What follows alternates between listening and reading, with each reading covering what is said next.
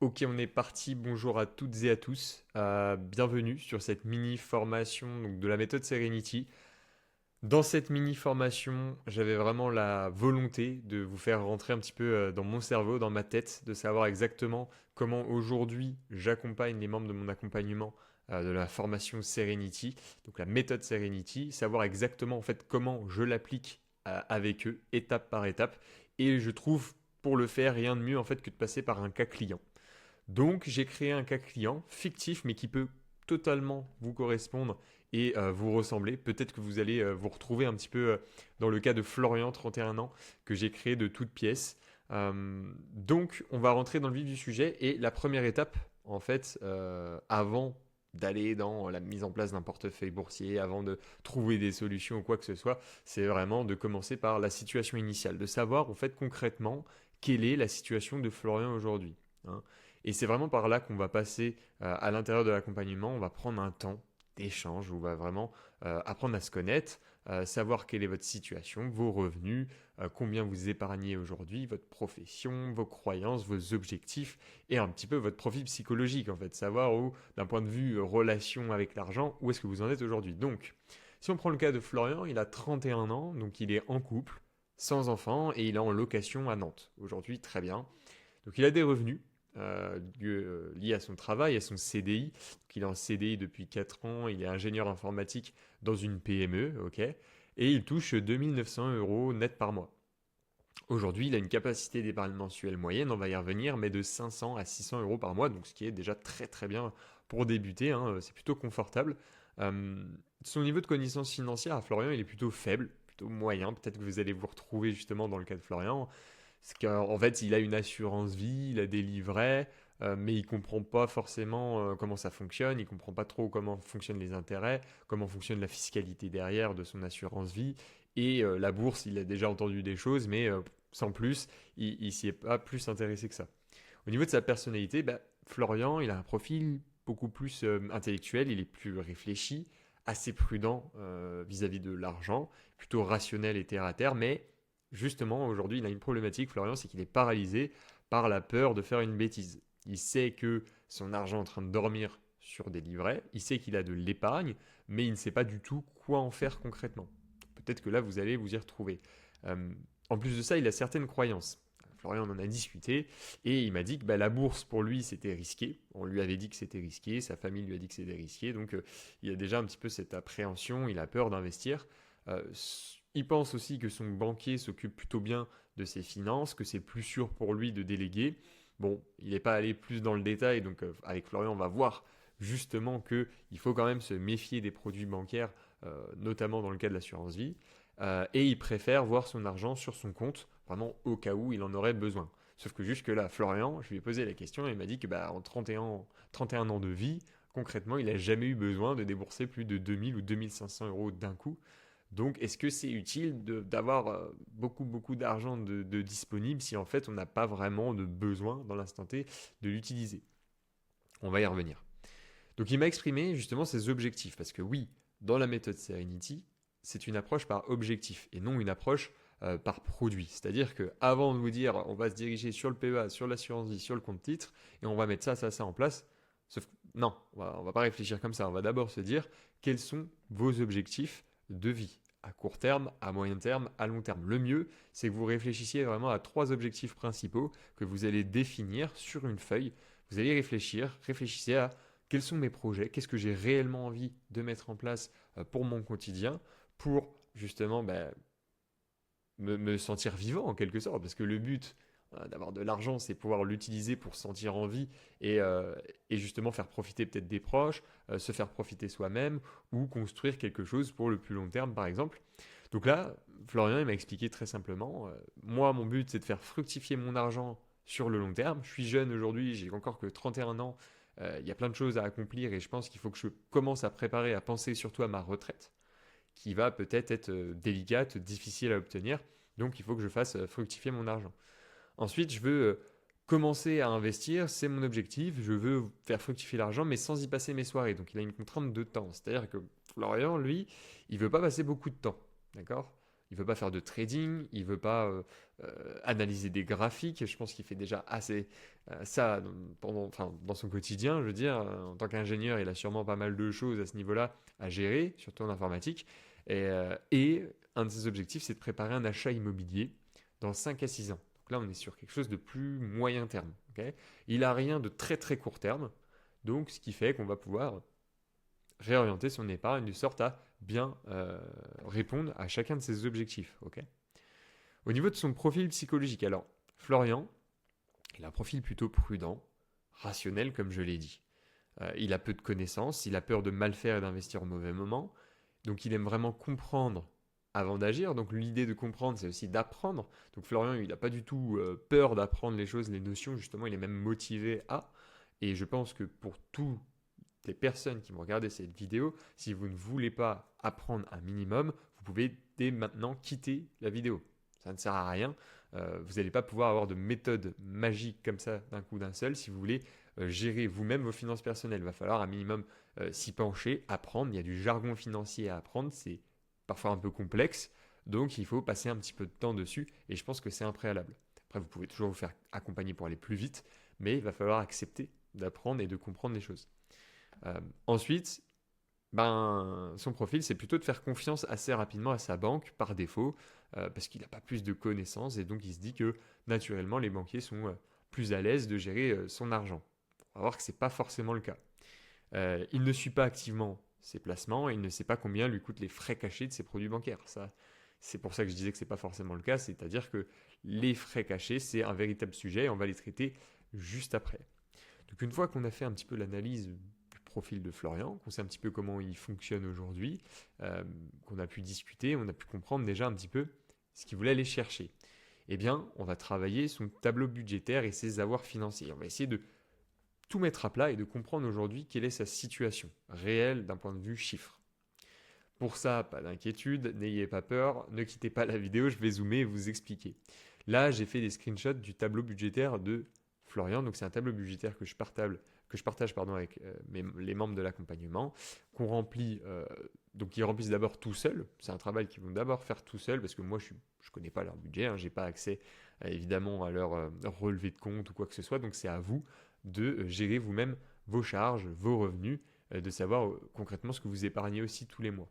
Hein. Ça c'est c'est le BABA. Si vous ne savez pas faire ça et vous ne faites pas ça, on ne peut pas aller plus loin. Ne pas savoir combien il vous reste à la fin du mois pour potentiellement l'épargner ou l'investir, aujourd'hui, c'est pas possible. Donc, on doit travailler et passer par ce genre de tableau-là. Okay. Donc, dans ce tableau, très simple, vous avez différentes catégories de charges, dépenses courantes, transport, enfants, loisirs, banque, impôts, taxes, autres, etc. Donc, plutôt très bien rempli. Et l'idée, c'est de remplir de manière mensuelle un petit peu vos différentes sources de dépenses. Donc là, Florian les a remplis. Il a rempli d'autre part ses revenus, donc il y a exactement la même chose avec vos revenus. Donc là, vous voyez conjoint 1, conjoint 2, parce que normalement, c'est un tableau budgétaire qui est fait pour vous et votre conjoint, dans le cas où vous êtes en couple. Donc ça peut être intéressant. Et là, il a rempli donc son salaire, on a dit 2900 euros par mois. Il n'a pas d'autres rentrées d'argent particulières. Donc en fait, après avoir rempli ses charges, après vraiment avoir fait le détail, aller chercher dans ses relevés de compte un petit peu les différentes dépenses, fait des moyennes, etc., etc., après avoir rempli ses revenus, où là c'était beaucoup plus simple et rapide, et on en ressort avec une trésorerie mensuelle pour Florian de 636 euros. Donc c'est-à-dire qu'à la fin du mois, une fois qu'il a passé toutes ses charges et qu'il a reçu tous ses revenus, il lui reste 636 euros à utiliser, qu'il pourrait utiliser aussi bien pour ses loisirs que pour l'investissement ou que pour l'épargne. Okay. Donc là aujourd'hui, Florian, il mettait automatiquement 500 euros tous les mois sur ses livrets. Donc, très vite, il a rempli ses livrets bancaires et je pense que la plupart d'entre vous, c'est ce que vous faites aujourd'hui, vous laissez toujours peut-être quelques euros si possible sur votre compte courant au cas où. Donc on peut voir à la fin effectivement le détail un petit peu de ses dépenses. Donc on voit que ses dépenses courantes reprennent à peu près la grande majorité des dépenses aujourd'hui. Il a un petit peu de transport, ses loisirs, une bonne partie également. Et puis le reste, c'est plutôt tout ce qui est bancaire et impôts. Dans un second temps, avec Florian, on a essayé de comprendre un peu quelle est sa situation matrimoniale. Bon, aujourd'hui, il est en concubinage. Donc en fait, ça à la limite, on peut le laisser de côté. C'est plutôt d'un point de vue patrimonial que ça aurait pu être intéressant. Il est donc ingénieur informatique dans une PME, il est en CDI aujourd'hui, ça fait 4 ans. Donc, il est dans un poste, dans un emploi plutôt solide, dans lequel il va pouvoir continuer de travailler, il s'y plaît bien, il y a de la demande, il y a du boulot. Donc là-dessus, pas trop de soucis. Il n'a pas trop de risques, en tout cas, de se retrouver au chômage demain pour X ou Y raison, sauf s'il décide de quitter lui-même l'entreprise. Euh, et auquel cas, je crois qu'il n'aura même pas le droit au chômage. Ensuite, point hyper important, c'est le profil a priori. Quel est le profil de risque de Florian? Alors, on a vu, il est plutôt prudent, il est plutôt curieux malgré tout, il a envie d'apprendre. Donc Florian, on en a discuté et on nous a dit qu'il était plutôt équilibré. C'est-à-dire que profil équilibré, c'est-à-dire il a 50%, on va dire, de ses avoirs financiers qu'il aimerait garder plutôt en sécurité en grande partie, et 50% qui serait prêt à voir fructifier sur les marchés financiers par exemple, à prendre un peu plus de risques dessus, quitte à court terme, euh, accepter quelques pertes. C'est ça que je voulais dire. Donc le profil équilibré, c'est un petit peu un 50-50 entre du sécuritaire et du plus risqué. D'accord. Donc ce qui fait que ça aura un impact naturellement sur sa stratégie finale. Ça, il faut le déterminer. Pour le déterminer, vous avez plusieurs possibilités. Alors il y a une possibilité... Hop. Ah non, alors oui, je vais en parler plus loin, pardon. Je en parlerai plus loin. Revenons à nos moutons. L'épargne de précaution souhaitée. Alors, une fois qu'on a défini le profil a priori de la personne, on va poser la question, moi je vais poser la question d'accompagnement, quelle est l'épargne de précaution que vous souhaitez? Okay, c'est l'épargne de précaution que vous avez sur vos livrets, donc livret A, LDD, LEP, tous les livrets bancaires très accessibles, même compte courant si vous le souhaitez, c'est pas recommandé mais plutôt sur des livrets. Donc c'est le minimum en permanence qu'il vous faut à court terme disponible pour que vous vous sentiez à l'aise, pour que vous puissiez dormir sur vos deux oreilles. Donc concrètement, l'AMF, l'autorité des marchés financiers, préconise 3 à 6 mois de dépenses essentielles de côté disponibles pour que vous soyez à l'aise. Dans le cas de Florian, il est en CDI. Donc CDI, moi, c'est plutôt 3 à 4 mois. Si on est en CDD, plutôt 6-12 mois. Si on est indépendant, 6-12 mois. Si on est en intérim, 6 à 12 mois également. CDI, plutôt 3 à 4 mois. Si on a un enfant, 2 enfants, 3 enfants, on va rajouter 2 mois supplémentaires par enfant. Donc on peut passer, admettons, Florian il a 2 enfants, il passera de 3 à 4 mois à 4 mois supplémentaires, donc 7 à 8 mois, ok, de dépenses essentielles. Bon, là il n'a pas d'enfant, donc la question ne se pose pas. Et si on a un emprunt immobilier, là il est en location, Florian, donc pas d'emprunt en cours, on peut rajouter un mois supplémentaire. Donc là en fait, Florian il est dans le cas le plus simple. 3 à 4 mois disponibles de côté pour lui, c'est très bien. Donc si on fait le calcul, comment on calcule ces 3 à 4 mois de dépenses essentielles, Axel? En fait, on revient et on regarde donc les dépenses courantes juste ici. On y ajoute les transports, on ajoute banque, impôts et taxes, autres dépenses. Tout ce qui est loisir, on va l'enlever. Ok. Donc, parce que le loisir, pour moi, c'est pas incompressible, c'est variable. Un mois, on peut sortir plus, on peut sortir moins. Ça, c'est vraiment en fonction de nous. Alors que les autres, les dépenses courantes, le loyer, il est souvent fixe. Les dépenses alimentaires, c'est assez incompressible parce qu'on a besoin de manger.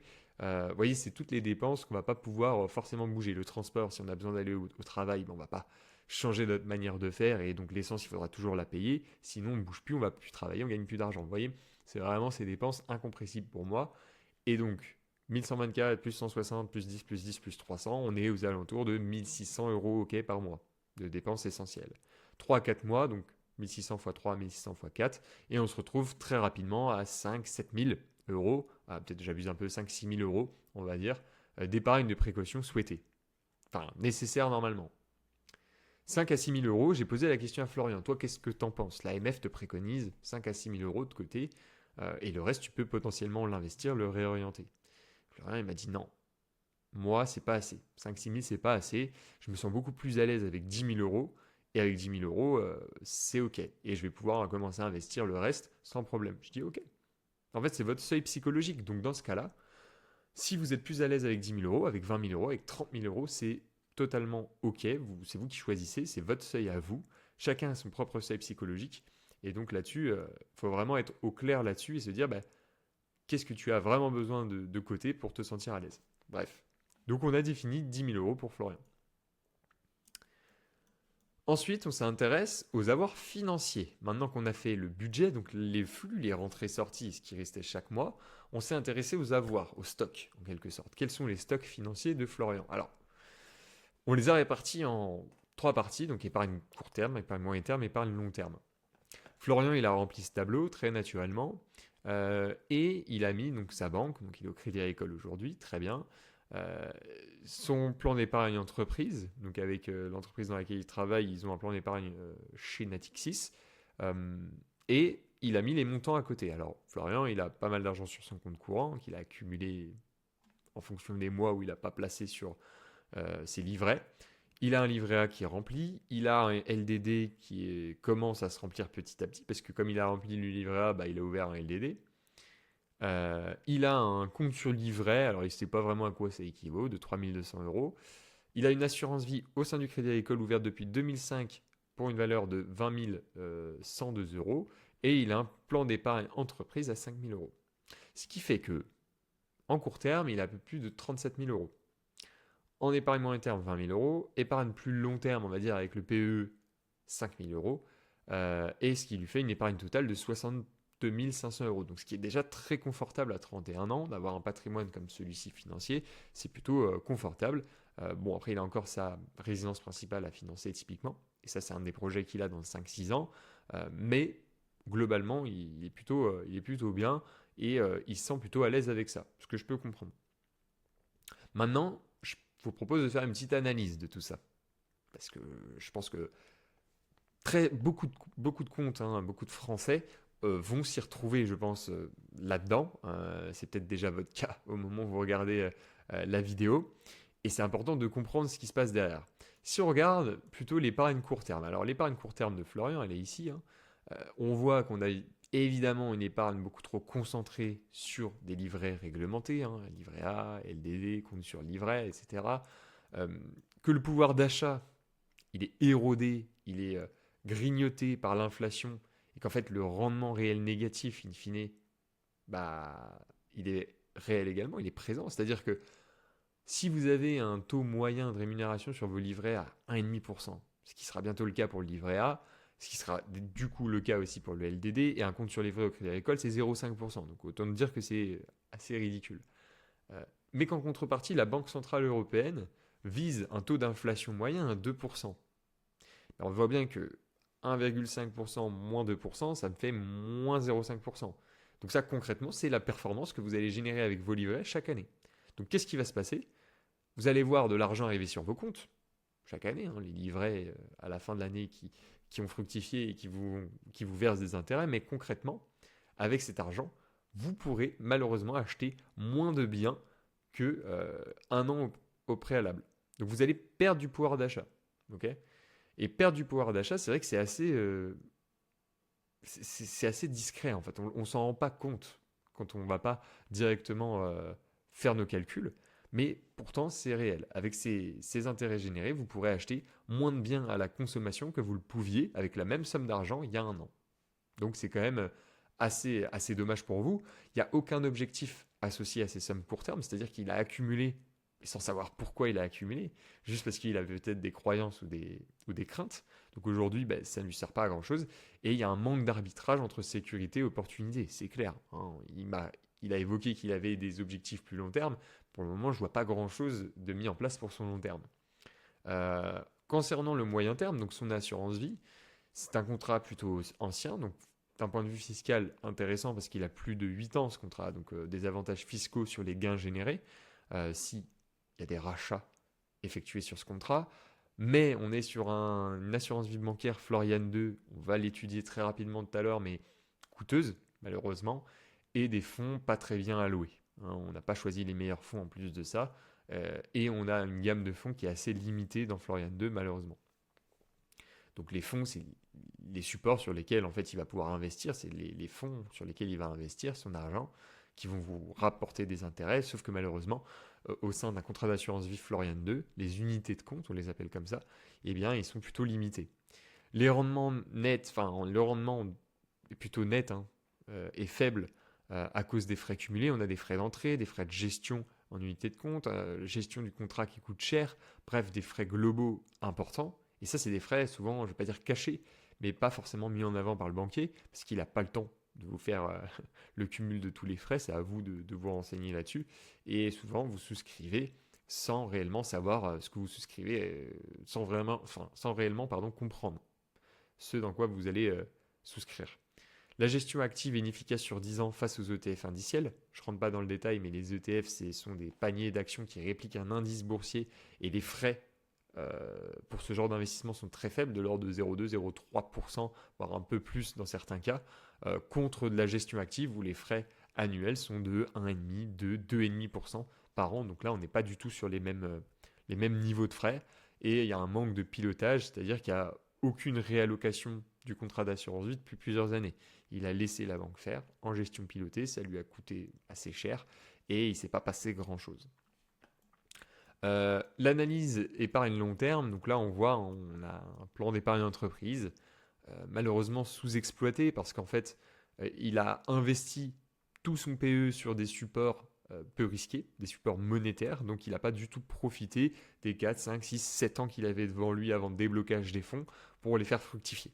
Okay, il a simplement répliqué son schéma basique de je ne prends pas de risque, ce qui fait que en fait, il ne prépare pas du tout son long terme à l'heure actuelle. Manque d'arbitrage interne, donc je le disais, aucune répartition sur les fonds dynamiques et un potentiel inexploité de capitalisation à long terme. Donc, globalement, qu'est-ce qui se passe? J'ai fait un petit tableau récapitulatif pour que vous compreniez bien. Son court terme, tous ses livrets, on a dit, c'est à peu près 37 000 euros. C'est 61% de son patrimoine. 61%, presque 2 tiers du patrimoine sur du livret. Le rendement moyen estimé est à 1,5% par an, net, donc ça fait évidemment trop de liquidités et de l'épargne non optimisée. Son moyen terme, donc ça c'est son assurance vie, pardon, on pourrait mettre moyen long terme. 32% du patrimoine, rendement moyen estimé de l'assurance vie avec les frais 2,5%. C'est-à-dire qu'il a pas mal de fonds en euros et puis quelques unités de compte, mais pas sur du support action. Il est plutôt sur du support obligataire ou du support immobilier avec des CPI, par exemple. Sauf que je crois même pas qu'il y en ait de disponible dans Florian. Donc une assurance vie inefficace et coûteuse. Ouais, malheureusement. D'un point de vue long terme, 5 000 euros, sauf que son long terme, il n'est pas sur des fonds long terme. Donc le rendement moyen estimé de 2%, potentiel clairement inexploité de son PE. Donc, pas mal de choses à revoir. Le montant global, on a dit, de 62 497 euros, ça représente donc bien 100% de son patrimoine. Et donc, en fonction du montant et des rendements moyens estimés, ça nous fait un rendement moyen estimé global de 1,85% par an. Ouais, c'est plutôt faible, d'autant plus que lorsqu'on sait que l'inflation visée, je le répète, par la Banque Centrale Européenne, est d'environ 2% par an. Ce qui crée donc un rendement réel négatif et ce qui lui fait perdre du pouvoir d'achat année après année. Et là, on n'est pas sur perdre du pouvoir d'achat sur 10 000 euros, on est sur 62 000 euros, quoi. Donc, il faut bien se rendre compte, en fait, de la catastrophe, j'ai envie de dire, entre guillemets, de ne pas faire fonctionner et faire travailler son argent. Quand vous dites que c'est risqué d'investir en bourse, par exemple, ou autre, moi, j'ai envie de vous répondre que c'est encore plus risqué de ne rien faire. Parce que quand vous faites rien, et qu'on est dans ce cas-là, dans le cas de Florian, là, vous êtes sûr à 100% de perdre. Vous êtes sûr à 100% que votre pouvoir d'achat va fondre. Alors que quand vous investissez en bourse, sur des ETF par exemple, euh, déjà dans 90-95% du temps sur de l'investissement long terme, 10 à 15 ans, vous allez battre les fonds de gestion actifs, donc les sociétés qui essayent justement de battre leur indice de référence, vous allez les battre dans 90-95% du temps. C'est l'étude Spiva qui montre ça. Donc c'est-à-dire que juste vous, en tant que particulier, en répliquant un indice de référence, vous faites déjà mieux qu'une société de gestion qui a des outils de fou et qui a des moyens beaucoup plus importants que les vôtres. Donc déjà, allez sur quelque chose de simple. D'accord ? Et ensuite, plus vous restez investi, plus vous réduisez le risque lié à votre investissement et plus vous avez de chances effectivement d'être rentable sur le long terme. C'est pour ça que quand on investit en bourse, on investit surtout sur le long terme. Plus de 7 ans à minima, j'aime bien dire plus de 10 ans. Donc le diagnostic global, il est là.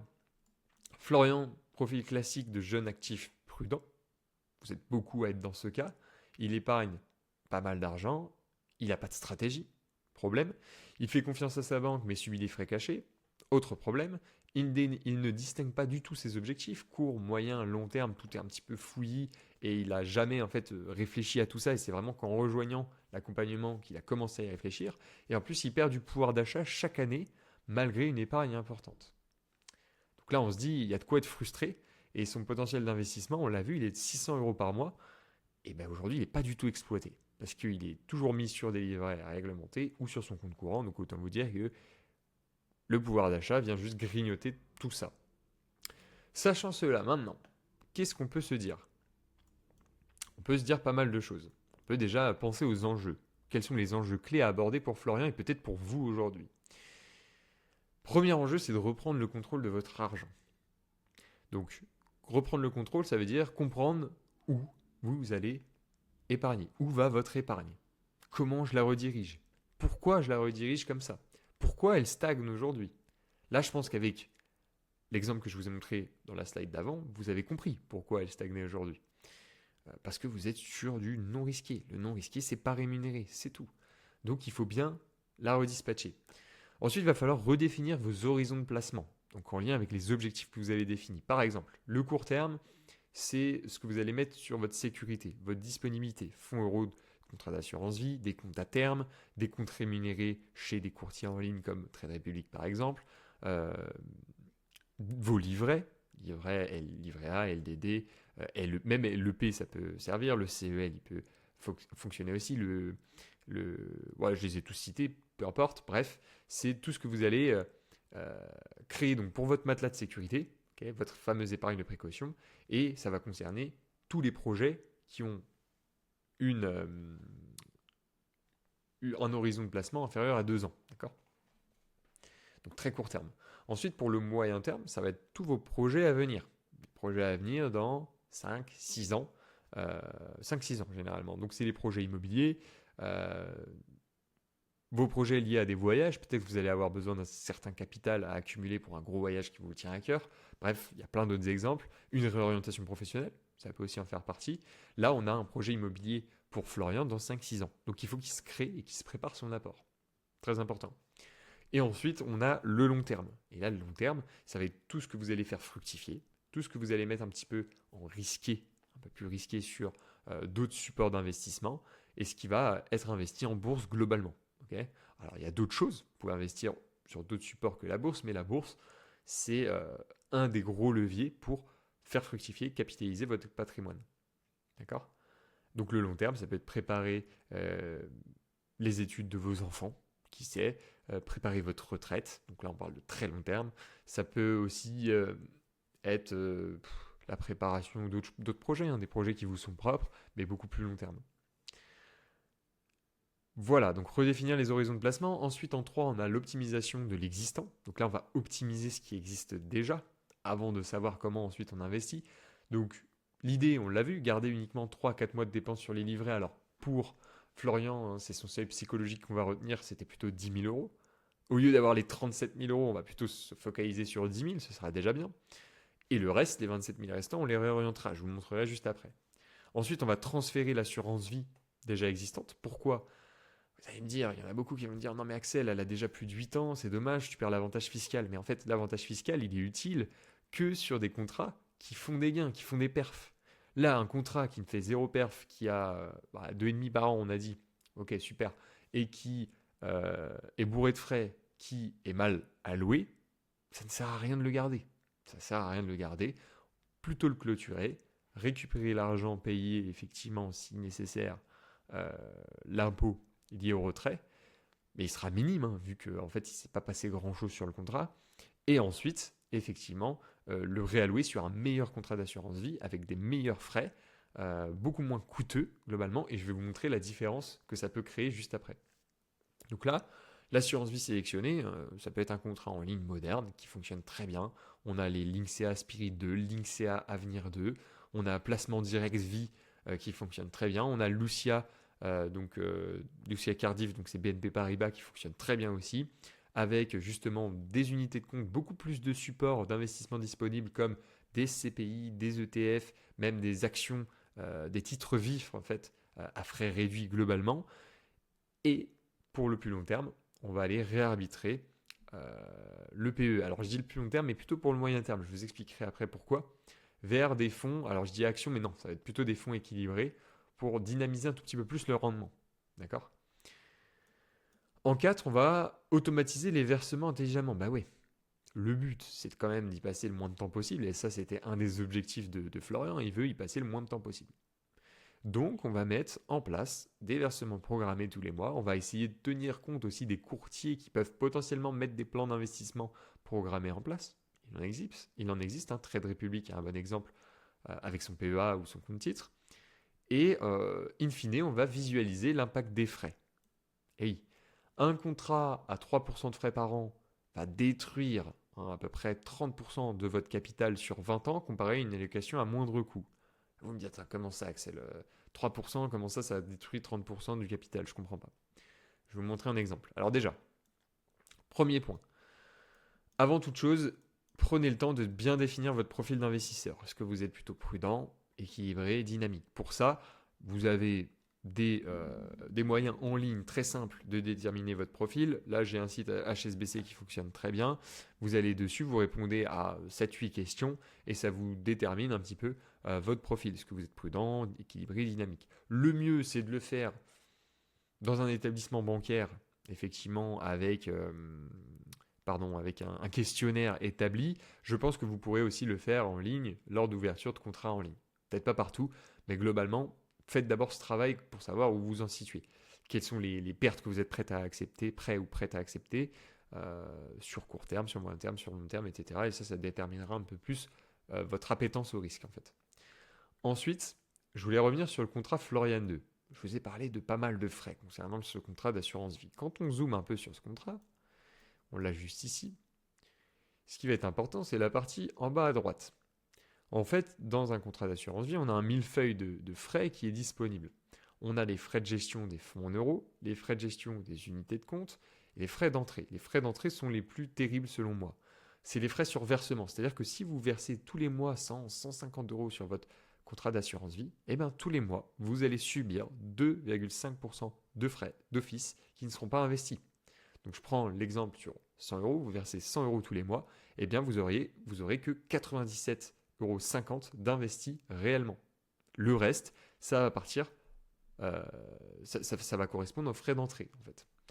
Donc vous avez l'impression d'investir 100, mais en fait vous n'investissez pas 100, vous investissez que 97,50 €. Là vous me dites, ouais, bah, ça va, la différence elle n'est pas énorme. Ouais, mais si vous faites ça tous les mois sur 20 ans, je peux vous dire qu'in fine, vous allez faire la tronche à mon avis.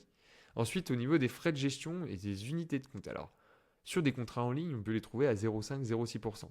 Sur un contrat comme celui de Florian, 0,96%. J'en ai vu parfois à 1%, bref, rarement au-dessus de 1%. Donc là, on est presque au max. Ok. Frais de gestion de fonds en euros, pareil, 0,6%. Bon, c'est à peu près ce que vous trouverez en ligne. Donc à la limite, là, on est plutôt bon.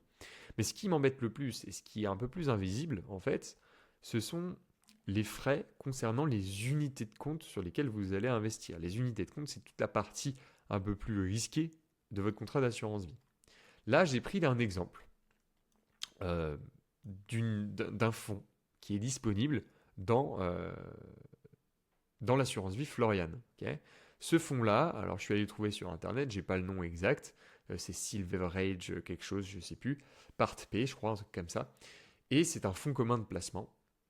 Et ce fonds-là, quand on regarde un petit peu les frais, c'est surtout ici que ça se passe, c'est les frais courants. Ça, c'est les frais à l'année que le fonds va vous sucrer sur votre performance.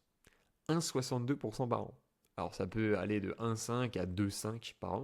Donc là, on est plutôt dans la fourchette basse. Mais bref, sachez que tous les FCP, fonds communs de placement, gestion active, vont vous facturer des frais aux alentours de 1,5, 1,6, 1,7, 2, 2,5% par an. Et c'est vraiment ça qui va en plus impacter votre performance qui parfois n'est déjà pas géniale. Okay, donc il faut bien les prendre en compte. Ce qui fait que, in fine, un contrat comme Florian 2, on peut se retrouver par an à des frais moyens aux alentours de 2,5 voire 3% par an.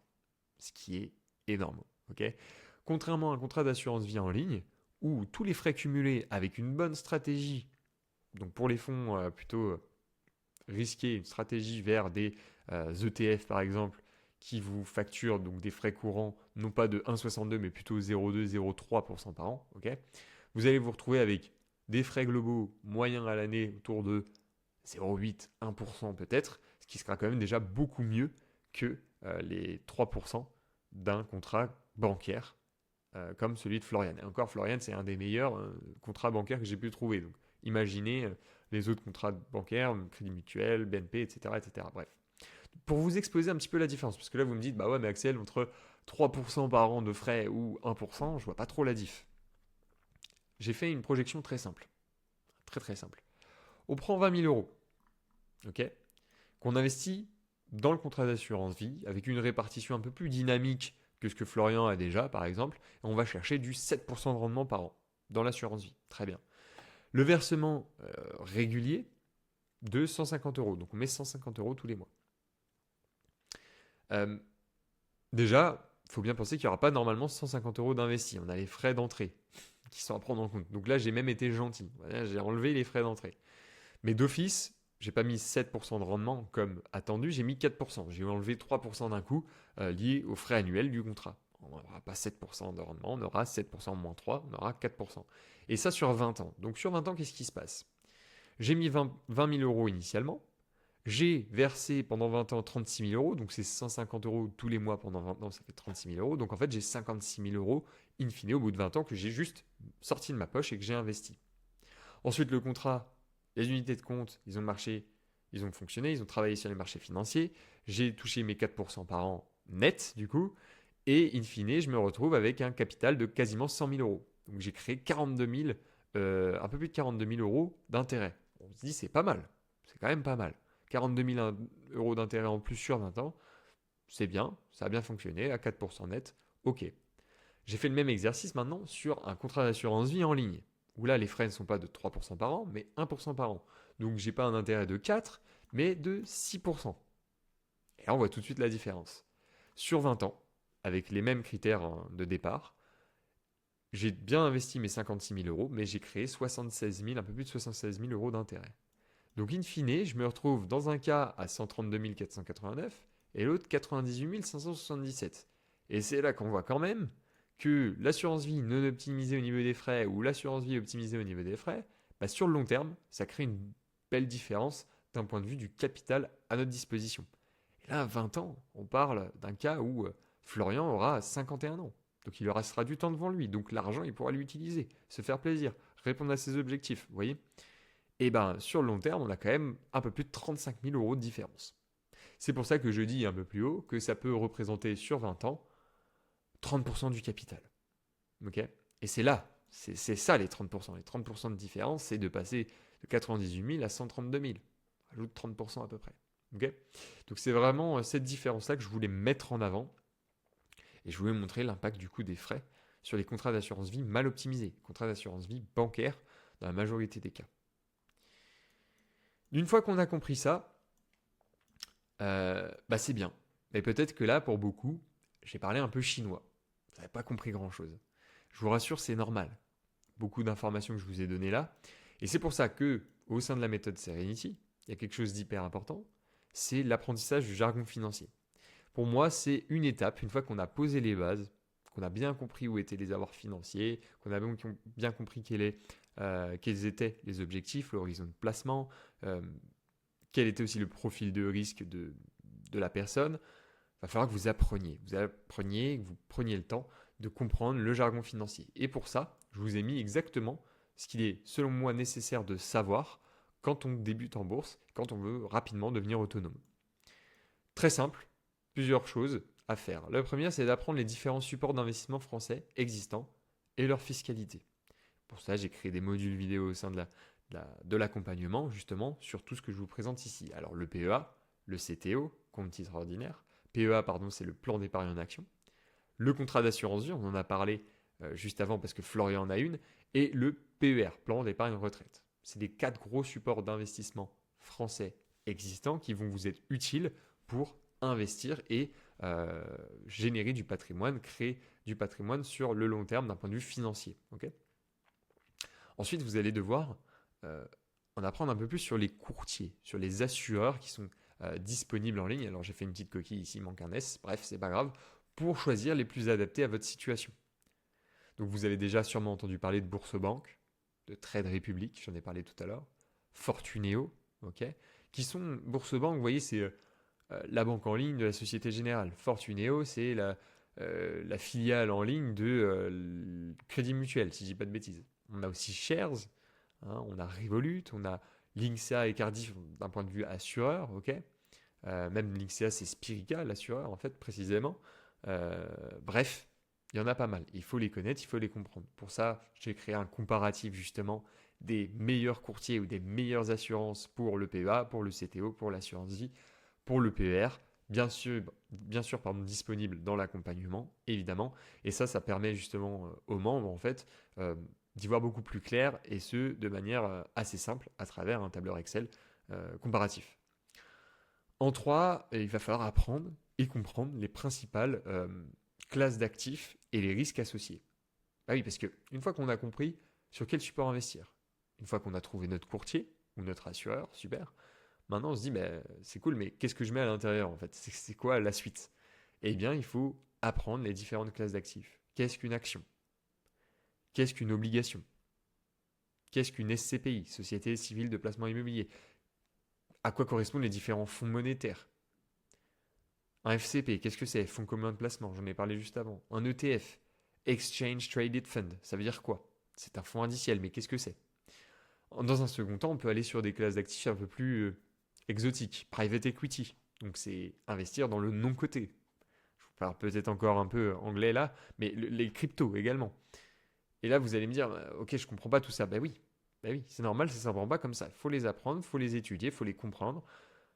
Et donc, effectivement, j'ai aussi créé forcément des petits modules vidéo pour présenter chacune de ces classes d'actifs et pour que les membres, en fait, puissent y avoir accès. Hein, 5-10 minutes de présentation par classe d'actifs, c'est suffisant, pas besoin d'y passer des heures. Et ensuite, quatrième point, ça va être apprendre et comprendre les cycles et indicateurs économiques. Parce que oui, une fois qu'on a mis en place la stratégie, en fait, elle va durer dans le temps, généralement la stratégie. Elle va même peut-être changer. Vos objectifs vont changer, vont évoluer. Euh, la macroéconomie va évoluer. Les guerres mondiales dans le monde, pardon, vont évoluer, etc. Les tensions économiques, politiques, etc. Donc, il y a un tout qui va changer, qui va évoluer. L'inflation va bouger, les taux d'intérêt vont bouger, la croissance de certains pays va bouger, etc. Donc, il va y avoir des modifications. Et comprendre les différents cycles économiques, savoir adapter en fait son portefeuille, sa stratégie à chaque moment des cycles, ça peut aussi être un bon levier pour prendre les bonnes décisions, faire les bons choix et optimiser un peu plus son portefeuille. D'autant plus quand vous serez autonome. Parce que l'idée, à travers un accompagnement comme celui-ci, c'est de devenir autonome. D'accord? C'est d'apprendre les bases. On a 3 mois pour apprendre les bases. Et ensuite, vous devenez autonome. Pour devenir autonome, il faut bien comprendre un petit peu toutes ces notions. Okay?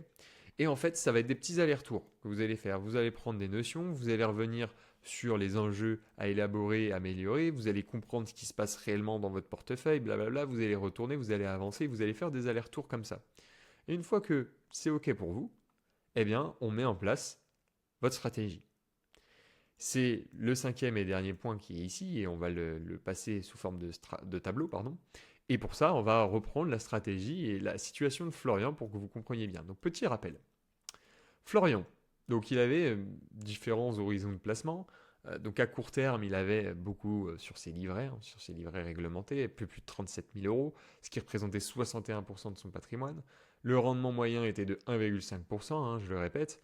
Et donc on l'a dit, des surliquidités importantes, maintenant vous le comprenez j'espère. Un rendement réel négatif avec l'inflation, je vous l'ai expliqué également. Au niveau du moyen terme, son assurance vie bancaire au Crédit Agricole Florian 2, il y avait 20 000 euros dessus, ça représentait 32% de son patrimoine. Le rendement moyen estimé était assez faible, 2,5% par an. Et donc le contrat est obsolète dans le sens où pas le plus adapté, c'est un vieux contrat. Il a des frais destructeurs de rendement, bref, des frais importants, on l'a vu, 3% par an de frais à peu près. Ça peut représenter une perte de 30% du capital sur 20 ans. Et si ce n'est plus quand on regarde sur plus long terme, 25, 30, 35 ans. Et concernant son long terme, donc c'est son plan d'épargne d'entreprise, je ne suis pas rentré trop dans le détail chez Natixis, mais en fait il avait la majorité de ses fonds qui étaient sur des fonds monétaires, à 2% par an. Donc pas le plus adapté, sachant qu'on a accès à des fonds équilibrés ou même des fonds actifs, des fonds actions, avec beaucoup plus de rendement. Donc une allocation trop prudente à ce niveau-là pour Florian, et surtout non exploitée. Donc globalement, on l'a vu, une inflation visée de la BCE de 2% et donc un rendement réel négatif de 1,85% au global inférieur, donc pas adapté. Après l'optimisation de Florian, qu'est-ce qui s'est passé? Et là, on va rentrer dans le vif du sujet, le moment que vous attendiez. Qu'est-ce que Axel, tu proposerais du coup de faire à Florian? Là, vous rentrez dans mon cerveau pour optimiser tout ça. Donc on a vu Florian, on se rappelle, hein, il a un profil équilibré. Ça, faut quand même tenir ça en compte, l'avoir un petit peu de côté pour se dire, attends, on va pas pouvoir prendre trop de risques non plus. Donc il faut rester mesuré, mais de la bonne manière. C'est ça que je veux dire. Donc au court terme, très simple. Florian, il m'a dit, mon seuil psychologique, c'est 10 000 euros sur mes livrets. Donc je veux 10 000 euros d'épargne de précaution. Très bien. Donc on a réalloué son court terme et on est passé à 10 000 euros. On est passé de 37 000 à 10 000. Okay. Le but, c'est sécurité. Gérer ses imprévus. Okay. Le rendement, il sera toujours de 1,5%. Il ne va pas bouger. Et ça va être aligné sur son seuil psychologique. Super. Ensuite, on s'intéresse au moyen terme. Et là, dans le moyen terme, j'ai mis son PE. Vous allez me dire, mais pourquoi? Parce qu'on s'est souvenu que Florian, il avait un projet immobilier dans 5 à 6 ans. Et donc, il fallait qu'il se constitue son apport. Et pour ça, moi, je trouve que le PE peut très bien faire l'affaire, pour plusieurs raisons. C'est-à-dire que quand vous gagnez, vous avez vos intéressements, participations qui sont versés sur votre plan d'épargne entreprise, les fonds sont bloqués pendant 5 ans. Après 5 ans, vous pouvez les débloquer, et en les débloquant et les récupérant sur votre compte bancaire, vous bénéficiez d'un avantage fiscal, vous avez 0% d'impôt sur le revenu à régler, vous avez simplement les prélèvements sociaux sur vos gains de 17,2%. Donc ce qui fait que le PE, tous les 5 ans, potentiellement en fonction des millésimes que vous allez obtenir chaque année, vous allez pouvoir débloquer vos fonds. Et il y a des cas de déblocage anticipé au sein d'un PE. Donc c'est-à-dire que si vous obtenez plusieurs millésimes, un millésime à l'année N, un à l'année N plus 1, un à l'année N plus 2, etc. Et qu'à un moment donné, vous voulez tout débloquer, à l'année N plus 4 par exemple, vous voulez tout débloquer. Sauf que rien n'est débloquable, parce qu'il n'y a pas encore les 5 ans de passé. Vous avez le droit d'utiliser le cas de déblocage anticipé ici, qui est l'achat de la résidence principale. Ok. Et donc, vous allez pouvoir débloquer la totalité de votre PE. Et donc, le déblocage permettra en partie, alors peut-être tout ou partie en fait, à l'apport personnel pour le projet immobilier de Florian. C'est pour ça que, ayant encore 5-6 ans devant lui, Florian, il a tout intérêt à rééquilibrer un tout petit peu son PE et aller chercher, on va dire, un rendement un peu plus important, ok, que 2%. On peut aller chercher du 3,5, 4%. Et pour ça, on va juste en fait rebasculer les fonds qu'il avait sur du monétaire vers des fonds plus équilibrés, un peu plus dynamiques, pour aller chercher un rendement un peu plus important, tout simplement. Et donc là, on passe de 2% à 3,5% en rendement annuel moyen estimé. Et donc la valorisation de l'apport futur, plus la fiscalité avantageuse du PE que je viens de vous exprimer, va permettre assez simplement à Florian de préparer son apport pour son projet immobilier dans 5-6 ans. D'autant plus que d'ici là, Florian, il aura normalement d'autres participations, d'autres intéressements qui seront arrivés sur son PE. Donc là, on travaille sur les 5 000, mais peut-être qu'in fine, les intérêts vont travailler sur 6, 7, 8 000 euros, etc., etc. Et donc, il aura largement de quoi faire après pour avoir son apport personnel, qui peut être de 10 000, 15 000 euros, etc. Ok pour ça. Ensuite, si on réfléchit à l'assurance vie, bon, comme je l'ai dit, c'est plutôt du moyen long terme l'assurance vie. Et bien là, on a clôturé Florian 2, on a ouvert une nouvelle assurance vie Linksea Spirit 2, assureur Spirica, Crédit Agricole. Et la clôture du contrat Crédit Agricole, transfert des 20 000 euros, montant réalloué 20 000 euros et quelques, horizon 5 à 8 ans. Et là, on a réparti de la sorte 50% en fonds en euros, donc du capital garanti, rémunéré à 3% en moyenne par an, et 50% en unités de compte, où là on a investi sur des ETF obligataires, sur des fonds datés, alors j'ai mis équilibré mais c'est des fonds datés obligataires, et des CPI. On n'a pas du tout investi en actions, et on est allé chercher un rendement moyen de 4,5 à 5% par an, donc j'ai voulu la jouer plus safe en prenant du 4,5, mais déjà, net de frais, on est bien d'accord, mais déjà on est beaucoup mieux que du 2,5, on a quand même gagné 2%. Ok, tout en prenant un risque là équilibré, modéré, en phase, même sécuritaire je dirais, en phase avec les besoins de Florian. Et pour le long terme, c'est la partie justement du portefeuille global où on va aller chercher un peu plus de risques. Pour Florian, on a ouvert un PEA, plan d'épargne en action, qu'il n'avait pas à ce jour. Donc je rappelle, hein, un PEA par personne, c'est comme un livret A, vous n'en avez qu'un seul par personne.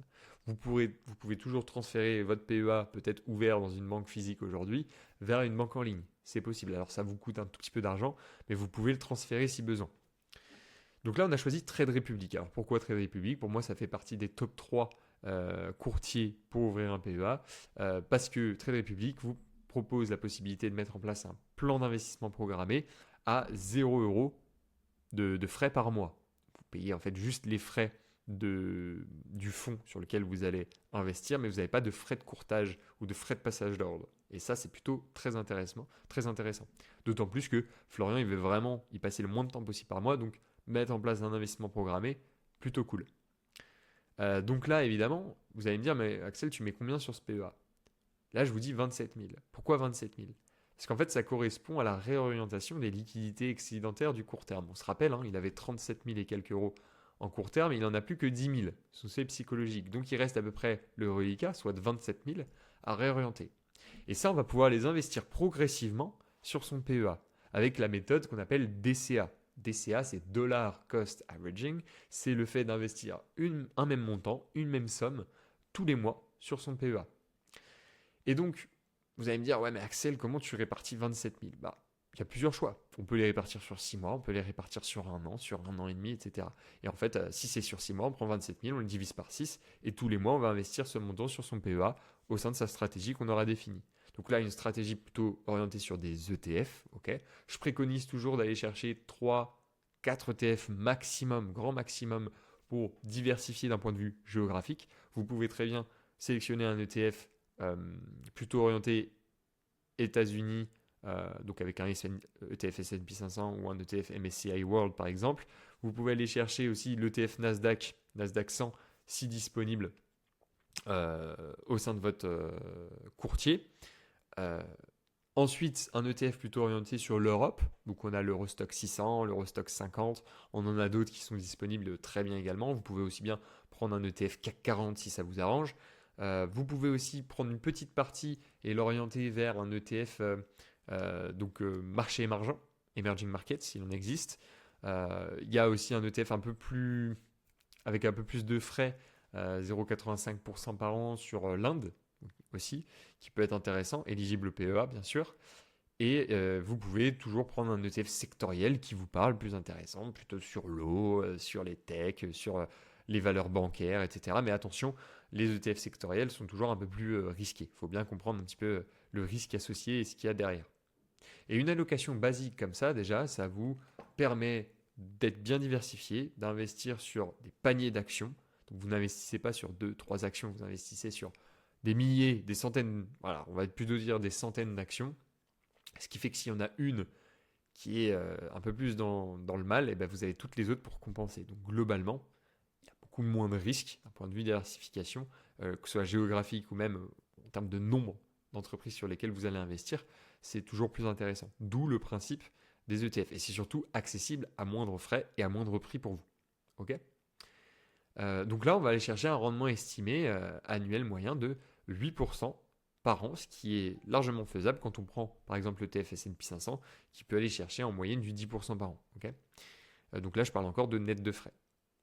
Donc, in fine, qu'est-ce qui se passe? Eh bien, on a réinvesti et on a réorienté 62 000 € pour un rendement annuel moyen estimé de non plus 1,85, mais de 5,5%, ce qui est quand même bien mieux. Hein. Ça, c'est le rendement par an net que vous pourrez toucher avec ce genre de stratégie-là.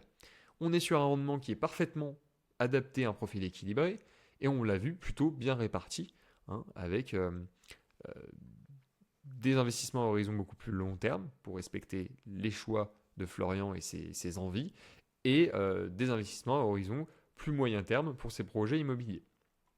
Donc là, on a un portefeuille équilibré, cohérent et automatisé avec justement notamment le choix de Trade Republic comme courtier.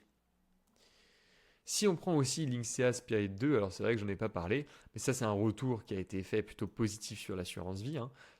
Alors les frais du contrat figurent parmi les plus compétitifs sur le marché, aucun frais d'entrée ni de frais d'arbitrage. Là où il y avait 2,5% pour Florian 2, on a 0% ici, pas de frais d'arbitrage, des frais de gestion de l'unité de compte de seulement 0,5 par an, là où on était à 0,96 pour Florian 2.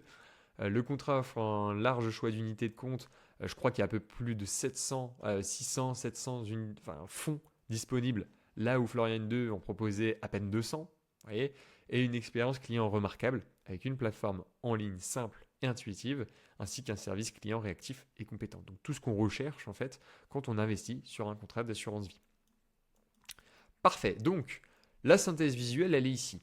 Qu'est-ce qui s'est réellement passé dans le portefeuille de Florian? Eh bien, on est passé d'un état court terme où il y avait 61% de son patrimoine à 16%. Donc il y a 45 points de différence où là, l'épargne excédentaire, qui était beaucoup trop importante, a été réinvestie.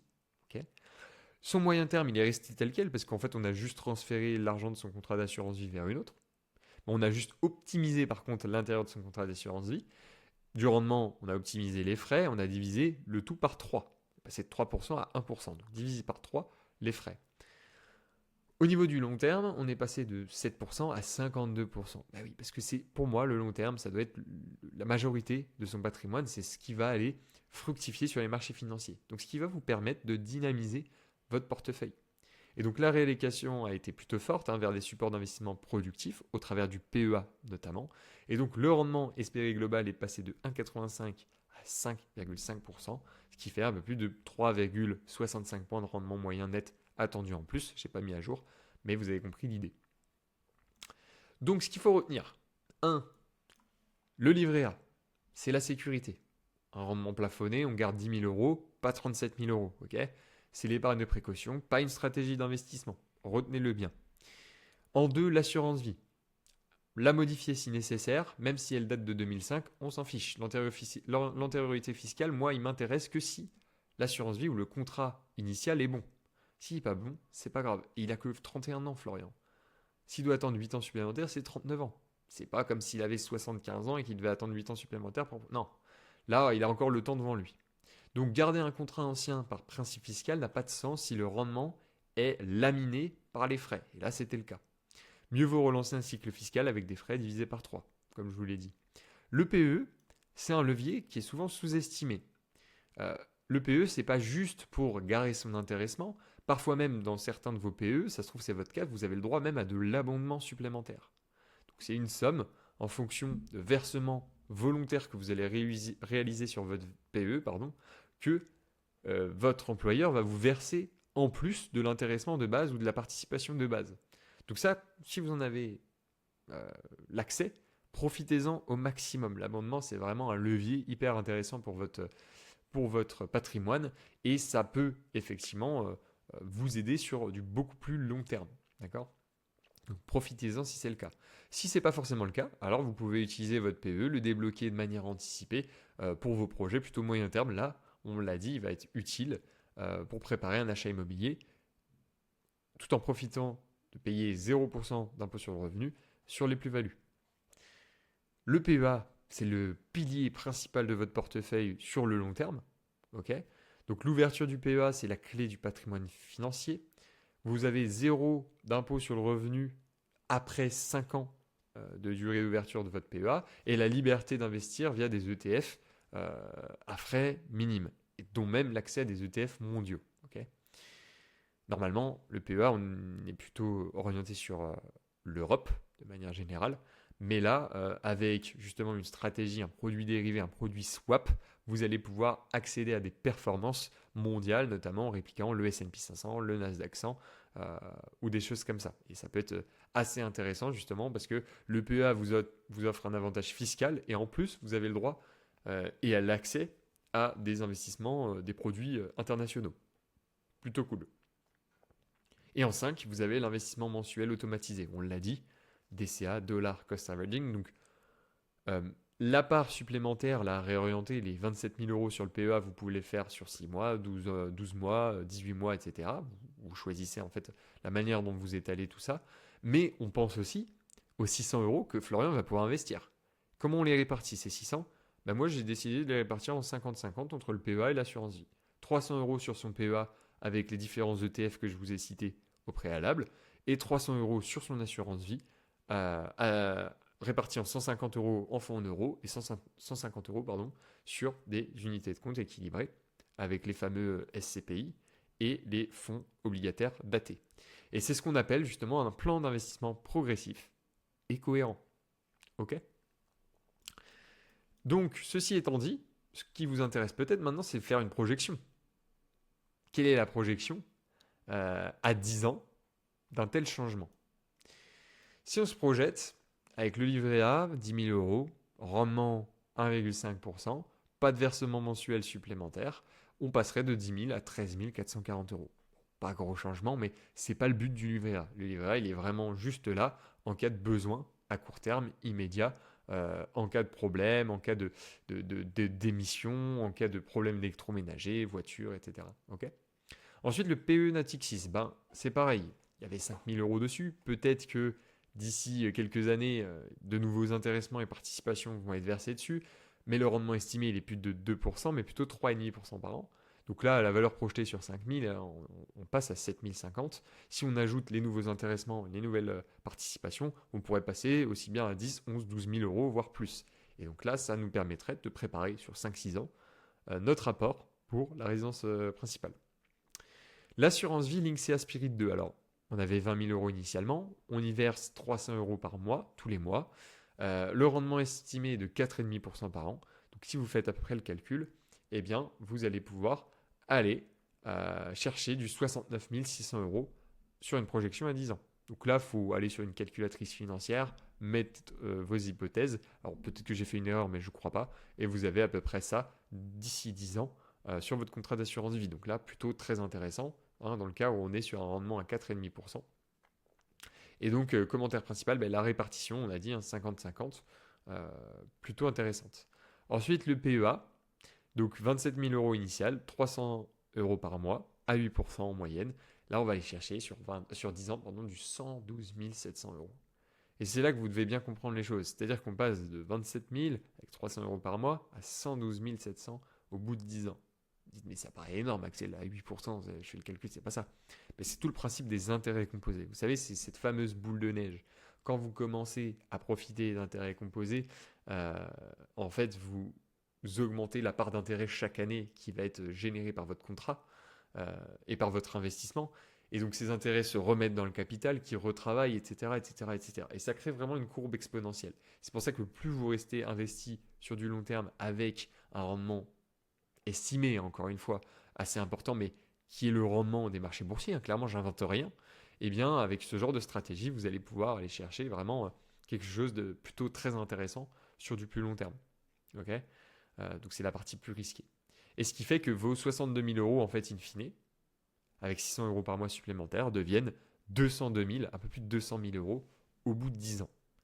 Et là, vous vous projetez, vous dites avec 200 000 euros, ouais, vous êtes plus tranquille. Vous avez répondu à pas mal de vos objectifs. Vous allez peut-être pouvoir aider vos enfants à se lancer dans la vie. Vous allez pouvoir répondre à pas mal de vos objectifs d'un point de vue projet, perso, pro, etc., etc. Et ça, c'est que sur 10 ans. Projetez-vous sur 20 ans, 30 ans, 40 ans pour la retraite. Vous serez à plus que ça. Ok ? Donc, prendre les bons réflexes dès maintenant, ça va être hyper intéressant et hyper important. Et là, on parle d'un rendement annuel moyen estimé de 5,5%. Vous pouvez aller chercher plus. Vous pouvez aussi aller chercher moins. Tout dépendra en fait de votre profil. Prudent, équilibré et dynamique. Donc là, on a un portefeuille équilibré, cohérent et automatisé. Et on voit qu'on a un gain à peu près de plus de 140 000 euros de capital supplémentaire hors fiscalité. Je ne suis pas rentré dans le détail de la fiscalité, dont la majorité va être défiscalisée via le PEA. Le PEA, comme je l'ai dit, les gains réalisés au-delà de 5 ans sur votre PEA, si vous les sortez de votre PEA, vous allez être imposé dessus, mais 0% d'impôt sur le revenu, vous n'aurez que les prélèvements sociaux. Donc profitez du PEA. Bon, vous pouvez verser que 150 000 euros maximum dessus, mais c'est quand même déjà un excellent levier pour débuter. Et bon, tout le monde n'a pas la possibilité de verser autant sur son PEA. Donc commencez petit, mais commencez, et vous verrez qu'en fait sur le long terme, vous allez pouvoir faire de très belles choses. Écoutez, je vous remercie pour votre écoute. Si vous êtes intéressé évidemment pour qu'on en discute, n'hésitez pas à me contacter directement en DM.